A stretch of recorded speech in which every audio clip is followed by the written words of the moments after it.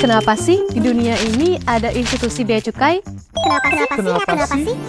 Sebelum menjawab pertanyaan ini, Jus akan ajak kalian menjelajah waktu untuk menelusuri asal mula adanya instansi bea cukai.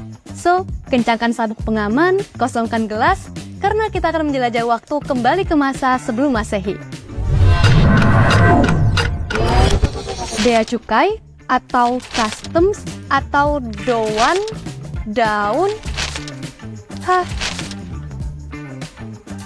Douane.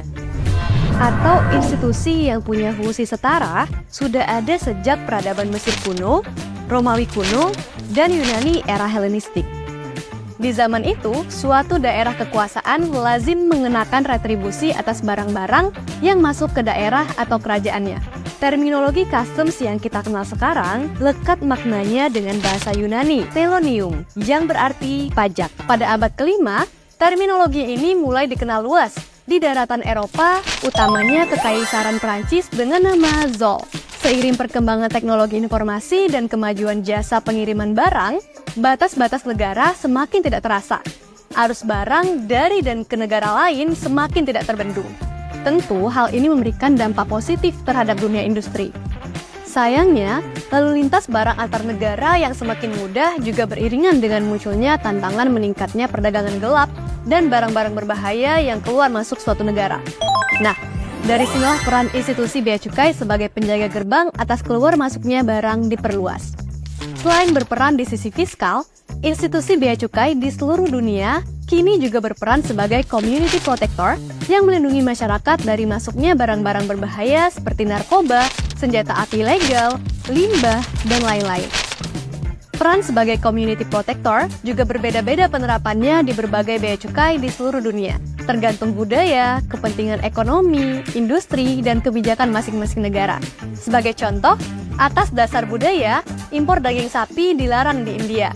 Contoh lain, Australia melarang penumpang dari luar negeri membawa turun makanan dari pesawat. Australia juga melarang impor produk apapun yang mengandung kata ANZAC sebagai bentuk penghormatan sejarah kepada Australian and New Zealand Army Corps.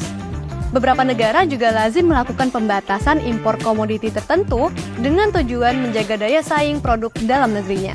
Nah, di Indonesia, peran besar sebagai community protector ini tidak bisa dilaksanakan sendirian oleh bea cukai.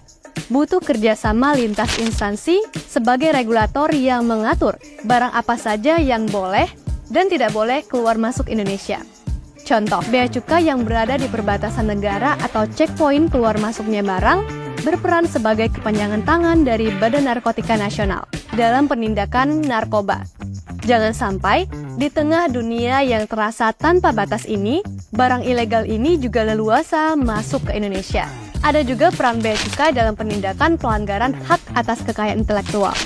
Nah, dari contoh peran-peran bea cukai tadi, rasanya perluasan peran institusi bea cukai di seluruh dunia sebagai community protector menjadi semakin terasa penting. Bea cukai era modern ini tidak hanya memiliki peran di sisi fiskal, tetapi juga berperan sebagai penjaga gerbang perbatasan yang menjaga masyarakat dari keluar masuknya barang-barang ilegal dan berbahaya.